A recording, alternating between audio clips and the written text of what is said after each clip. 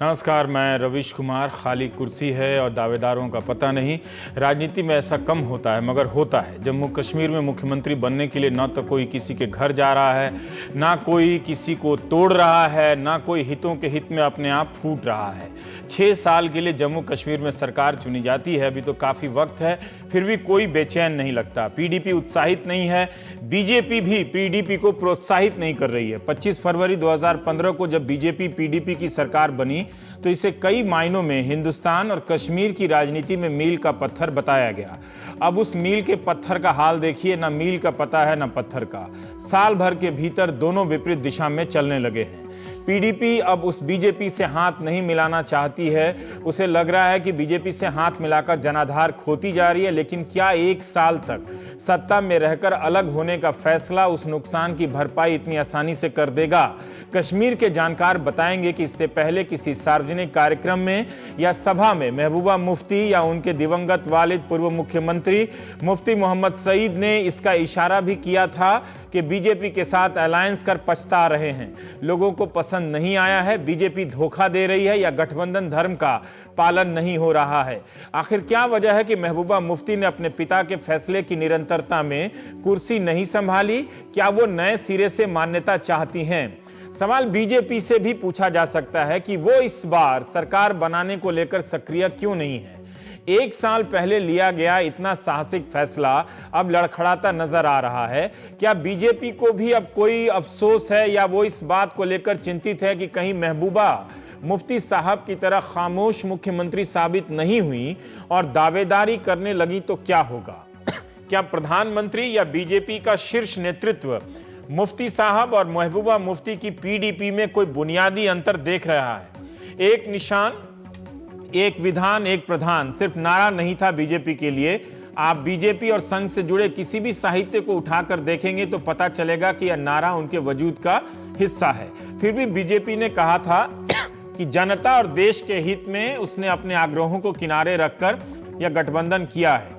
2 दिसंबर 2013 में जम्मू की रैली में प्रधानमंत्री के उम्मीदवार के तौर पर नरेंद्र मोदी ने कहा था कि संविधान के हिसाब से धारा 370 पर बहस चलती रहेगी, लेकिन कम से कम इस पर बहस होनी चाहिए कि धारा 370 से क्या जम्मू कश्मीर को कुछ लाभ हुआ। बीजेपी ने सरकार में आने के बाद कोई बड़ा प्रयास किया हो, अभी मेरे ध्यान में नहीं आ रहा है। इस बहस को लेकर प्रधानमंत्री ने भी कभी इस धारा का जिक्र नहीं किया, ना ही किसी दूसरे जिम्मेदार नेताओं ने। फिर भी अगर पीडीपी को लगता है कि बीजेपी ने ऐसा किया है तो उसने पब्लिक में स्टैंड क्यों नहीं लिया? प्रधानमंत्री से कोई कमिटमेंट क्यों नहीं मांगी? पिछले साल नवंबर में जब प्रधानमंत्री राज्य के दौरे पर गए थे तब 80,000 के पैकेट की घोषणा की थी। जम्मू कश्मीर में ये सारे मुद्दे उठ रहे थे, लेकिन सामने से नहीं बल्कि अदालत के रास्तों से। राज्य बीजेपी के नेता धीरे धीरे एक निशान, एक विधान और बीफ के मसले पर बोलने लगे। वे अदालत जाकर सरकार को घेर रहे थे। बीजेपी के विरोध के बाद 12 मार्च 2015 को राज्य सरकार ने एक सर्कुलर जारी किया और आदेश दिया कि तिरंगे के साथ राज्य का झंडा नहीं फहराया जाएगा। इसके विरोध में कोई प्राइवेट पर्सन अदालत गया और फिर आदेश आ गया कि दोनों झंडे एक साथ फहराए जाएंगे। अब इस आदेश के विरोध में बीजेपी के 2 प्रमुख नेता कोर्ट चले गए और 1 जनवरी 2016 को स्थगन आदेश ले आए। इसके बचाव में बीजेपी के एक राष्ट्रीय सचिव ने कहा कि वे राज्य में आतंकवाद और अलगाववाद से लड़ते रहे और अब वे इसके खिलाफ राजनीतिक लड़ाई लड़ रहे हैं। इस पर पीडीपी के नेताओं को लगा कि जम्मू कश्मीर में अफसरी करते वक्त ये नेता दोनों झंडों को सलाम करते रहे होंगे, अब उन्हें इनमें से एक अलगाववाद का प्रतीक लगता है। संघ के think tank Jammu Kashmir study centre ने आर्टिकल 35A को अदालत में चुनौती दे दी। इस धारा के तहत राज्य के अपने कानूनों को विशेष संरक्षण प्राप्त है केंद्र से। सितंबर 2015 में जम्मू कश्मीर हाई कोर्ट में याचिका दायर की गई कि राज्य में अफसरों से मिली भगत के कारण कई जगहों पर बीफ की बिक्री हो रही है। कोर्ट ने आदेश कर दिया कि 150 साल पुराने कानून को सख्ती से लागू किया जाए और बीफ पर बैन को सक्रिय कर दिया गया। बीजेपी के राष्ट्रीय प्रवक्ता ने कहा कि अगर पाबंदी हटाने के प्रयास हुए तो उनकी पार्टी पुरजोर विरोध करेगी। पीडीपी के नेता सुप्रीम कोर्ट चले गए। तो क्या राज्य के नेताओं ने इस गठबंधन को मुश्किल में डाला?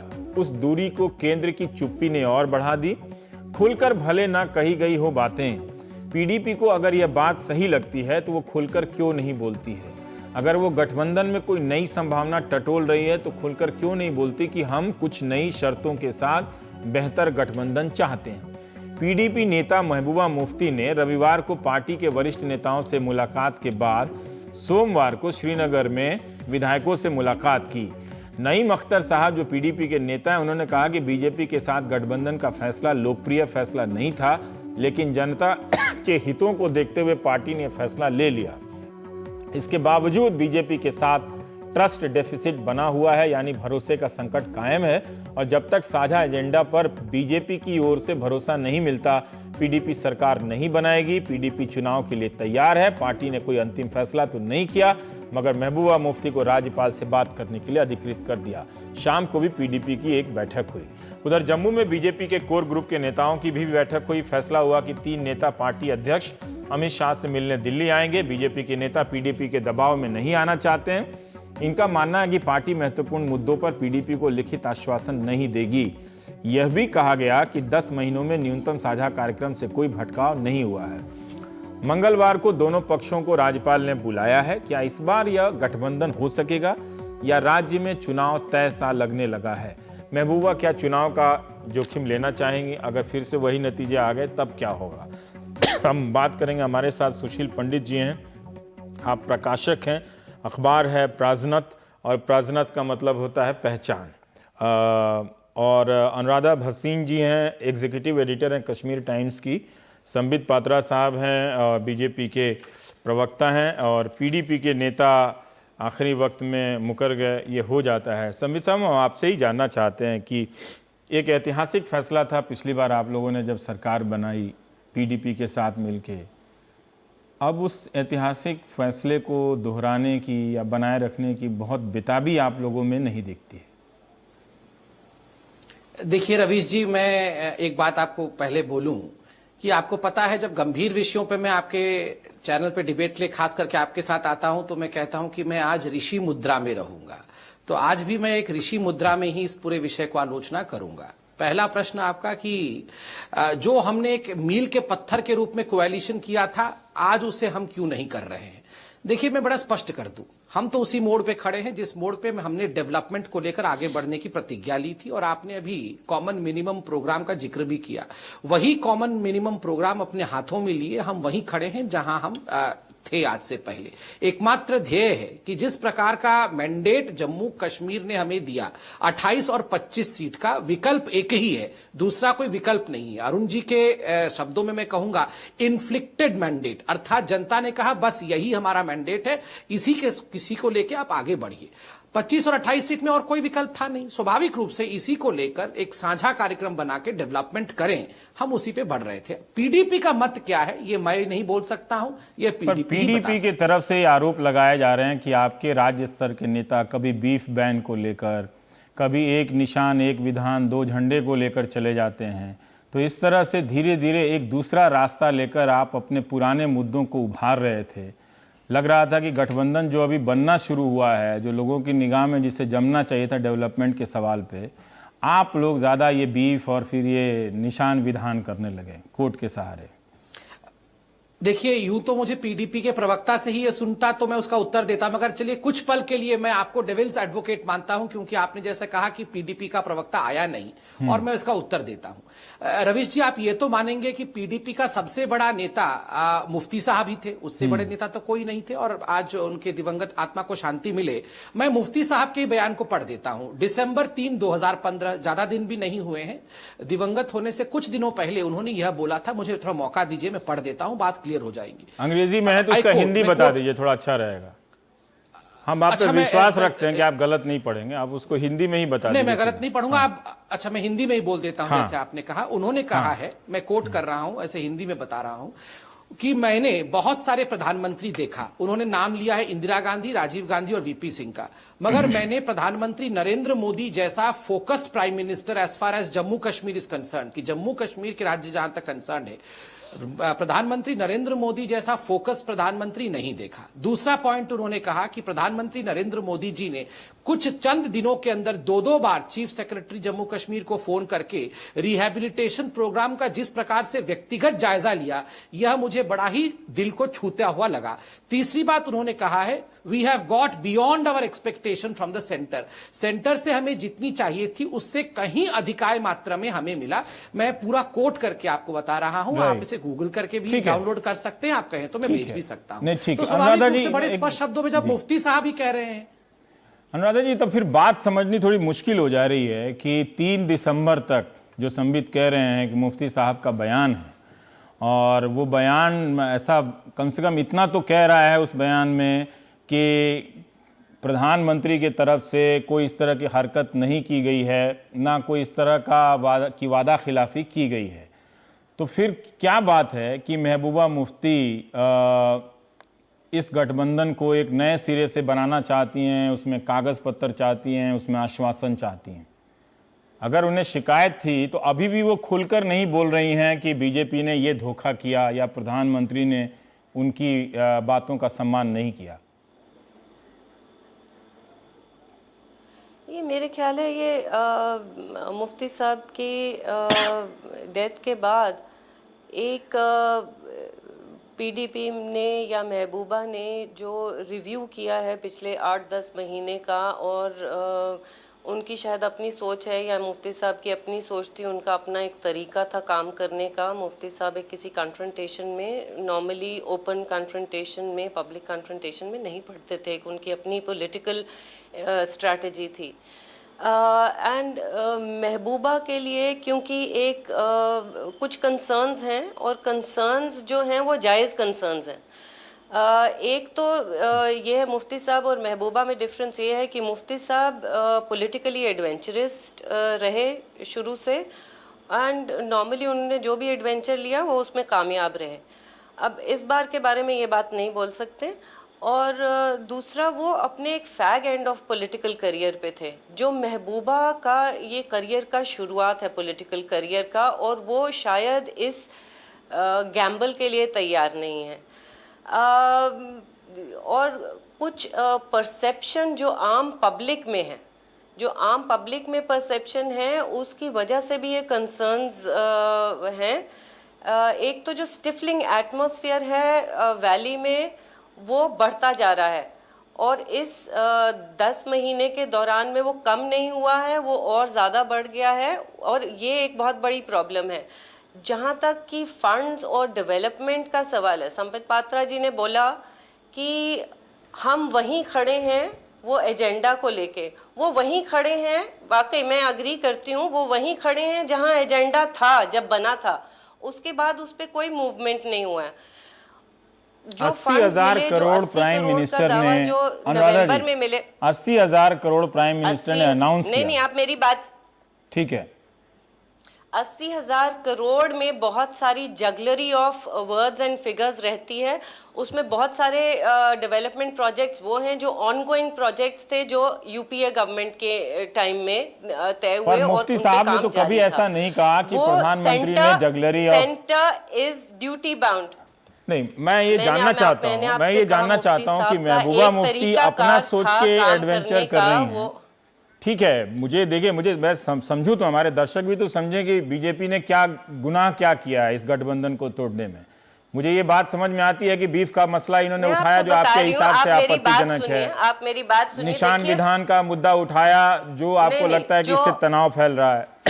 लेकिन इन सब बातों को लेकर सरकार तो महबूबा को चलानी है।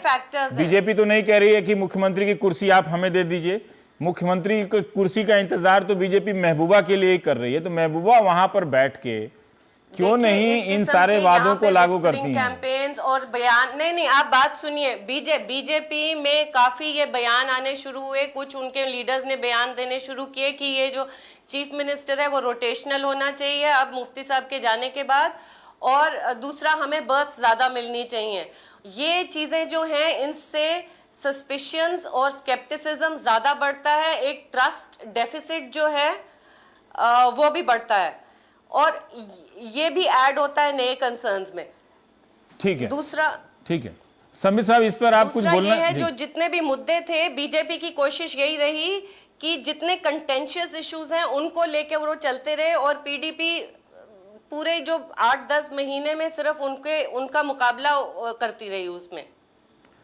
समीर साहब, इसमें बताएंगे कि आपकी पार्टी की तरफ से भी ये क्यों नहीं आश्वासन दिया गया पब्लिक में कि आप क्या, या वाकई आप और ज्यादा सीट चाहते हैं मंत्रिमंडल में, या मुख्यमंत्री की कुर्सी यूपी की तरह 6-6 महीना 3-3 साल घुमाना चाहते हैं? या कांग्रेस, और एक कांग्रेस के साथ भी हुआ ही है वहां जम्मू कश्मीर में भी। जी, मुझे 20 सेकंड दीजिए, मैं दो चीज रखता हूं। अगर इस प्रकार का किसी प्रकार का भी अगर शर्त होता तो स्वाभाविक रूप से प्रेस कॉन्फ्रेंस करके, चिट्ठी दे के या आपके सामने विषय आता। ऐसा तो नहीं है कि ये सब विषय छुप छुप के होते। अगर छुप छुप के हम भी कर रहे होते तो पीडीपी आपके सामने ये विषय रख देती, तो ये आपके सामने हकीकत आ ही जाता। इसलिए ये जो अर्बन मिथ क्रिएट किए जा रहा है, मुझे लगता है ये मिथ से और स्पेक्यूलेशन से बचने की आवश्यकता है। और अनुराधा जी, एक छोटा सा विषय मैं आपको बता दूं। आपने कहा कि वो जो 80,000 करोड़ रुपए है उसमें बहुत पेचीदगियां थी। बिल्कुल नहीं, मैं उसका ब्रेकअप देता हूं ताकि जनता भी जाने। देखिए, उस 80,000 करोड़ रुपए में 42,611 करोड़ रोड और हाईवेज के लिए थे, including Zoji La tunnel, semi ring road जो जम्मू कश्मीर में बनने थे। मैं बहुत छोटा छोटा कट्स दे रहा हूं आपको। 2,250 करोड़ टूरिज्म और 50 टूरिस्ट सर्किट बनाने के लिए थे। 11,708 करोड़ पावर और रिन्यूएबल एनर्जी को बढ़ाने के लिए थे। 5,000 करोड़ रुपए 2 एम्स खोलने के लिए थे। देखिए, ऐसा तो नहीं है कि 2 एम्स खोले नहीं जाएंगे और हवा में ही हम बातें करेंगे। तो 80,000 करोड़ रुपए, और उसके साथ बता दो, मोदी जी ने जिस दिन अनाउंस किया 80,000 करोड़ रुपए का, उन्होंने बोला ये फुल स्टॉप नहीं है, ये सिर्फ बिगिनिंग है। ये 80,000 करोड़ रुपए शुरुआत है, इसके बाद आगे भी हम और देते रहेंगे। और खुद मुफ्ती साहब के दिसंबर 3 के बयान को मैंने आपको पढ़ाया। जितना हमें आशा नहीं था उससे ज्यादा मिल गया। तो अनुराधा जी, आपको मुफ्ती जी तो ज्यादा जानते होंगे ना आपसे।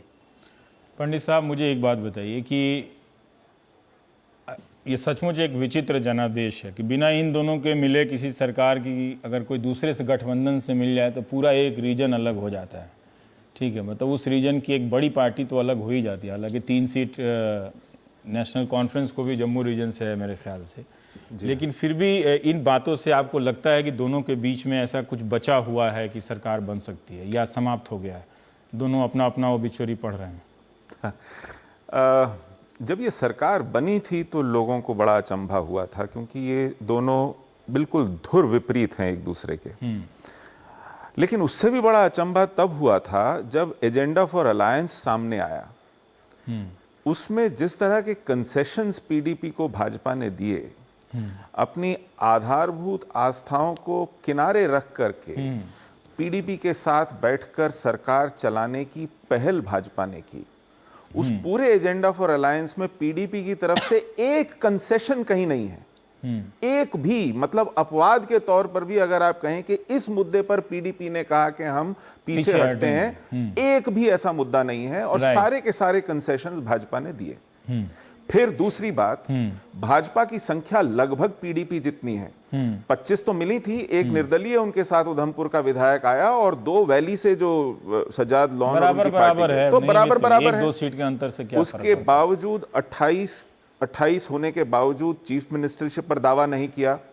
किसी बड़े अच्छे मंत्रालय पर, चाहे वो वित्त हो, चाहे राजस्व हो, चाहे टूरिज्म हो, चाहे एजुकेशन हो, किसी पर दावा नहीं किया। फिर 16 कैबिनेट पोस्ट हैं। भाजपा ने कहा था कि हम जम्मू का प्रतिनिधित्व करते हैं, जम्मू के साथ आज तक ठीक भेदभाव हुआ है, उनके साथ बराबरी का काम नहीं हुआ है, तो हम जम्मू के राजनीतिक सशक्तिकरण के लिए आए हैं। 16 में से जम्मू के हिस्से कितने कैबिनेट पोस्ट आए? 4। तो इस पूरे असंतुलन को झेलते हुए भी भाजपा सरकार में आई। क्या आज भाजपा मौका देखकर उस असंतुलन को दूर करना चाहती है, जो अनुराधा कह रही है? संबित पात्रा जी ने कहा भाजपा तो खड़ी हुई है फूल का हार लेकर के, आप आगे बढ़ें। दिक्कत ये है कि हार का नहीं है ना, सिर्फ हार थोड़ी पहनाई जाती है। भाजपा की तरफ से आप सोचिए, कॉमन मिनिमम प्रोग्राम लेके इसके गले में हार डाल के गर्दन काट ली जाती है, ये भी हम तो राजनीति में देख ही रहे हैं। आप सोचिए, 2 दिन पहले महबूबा जी का बयान आता है कि एजेंडा फॉर अलायंस में समयबद्ध उसका इम्प्लीमेंटेशन हो, इसका एक टाइम टेबल बने। तो ये केस में क्या प्रॉब्लम है? होना ही चाहिए ऐसा अलायंस। कतई नहीं। अन्य विषयों के ऊपर भी लेकिन भाजपा के आधिकारिक रूप से एक प्रतिक्रिया अभी तक नहीं अनुराधा आई कह है। रही हैं कि आप रोटेशनल कुर्सी मांग रहे हैं कि बारी बारी से मुख्यमंत्री का मुझे पद तो नहीं मांग रहे लगता हैं भाजपा बीजेपी। के किसी जिम्मेदार आदमी ने अब तक इसकी जुर्रत की हो। पर आपको लगता नहीं कि बीजेपी के राज्य स्तर के जिम्मेदार लोगों ने, केंद्र के लोगों ने तो नहीं कभी बयान दिया? मतलब वो इतना पाकिस्तान वगैरह पे देते रहते बयान, किसी ने धारा 370 पे दिया है? भाजपा में इन मूल विषयों रूप पर से एक राष्ट्रीय स्तर पे शांति है, मतलब कोई बहुत ज्यादा इसमें खरोच नहीं डालता है। संबित यहाँ बैठे हैं, अगर कोई डालता है तो वो करेक्ट कर लेंगे, लेकिन इस तरह से बीफ के मुद्दे पे या कोर्ट जा के इस तरह से लड़ाई लड़ने से आप बीजेपी के नेता खुद ही अविश्वास का माहौल नहीं पैदा कर रहे हैं अपने सहयोगी के साथ, भले उसका उस मुद्दे का दूसरे राज्यों में अलग असर हो। देखिए, सच्चाई जो है मैं आपको उससे अवगत कराता हूं। दिक्कत यह हुई है कि पीडीपी को फीडबैक मिला है ग्राउंड लेवल पे अपने कार्यकर्ताओं से, अपने विधायकों से, अपने सांसदों से कि घाटी में जहां उनकी पैठ है वहां उनकी बड़ी किरकिरी हो रही है। इसका मतलब सरकार ठीक नहीं चल रही है। खुद मुफ्ती साहब के चौथे वाले दिन जिस संख्या में लोग सहानुभूति व्यक्त करने आए थे वो इतनी कम थी कि माथा ठनका है लोगों का। आज वो ये देख रहे हैं। ये अविश्वास किस लिए आया? क्या ये अविश्वास लोगों ने इस फैसले का साथ, अगर वो पैमाना है कि आए या नहीं आए, तो क्या इसलिए छोड़ दिया कि ये इस तरह के गरमाने वाले मुद्दे बीजेपी की तरफ से उठाए जाने लगे? नहीं, बीजेपी क्या आपको नहीं लगता कि ये इन सब वजह रही हुई? देखिए, बीजेपी की अपनी एक छवि है। ये मुद्दे छवि एकाएक होना अलग बात है, छवि नहीं। के बाद दोनों मिले हैं, लेकिन बीफ को उठाना या वो निशान विधान को उठाना, या उससे दोनों में फिर दूरी बढ़ी है जनता के स्तर? ये बीजेपी के आस्था के मुद्दे रहे हैं और बीजेपी को इन्हीं मुद्दों के चलते वैली में 1-1.5% से ज्यादा वोट नहीं मिला। और वैली में इस बार सबसे ज्यादा मतदान बीजेपी को रोकने के लिए हुआ। आप सोचिए, 25-26 लाख मतों में से केवल 50,000 मत बीजेपी को मिले 34 सीटों पर लड़कर।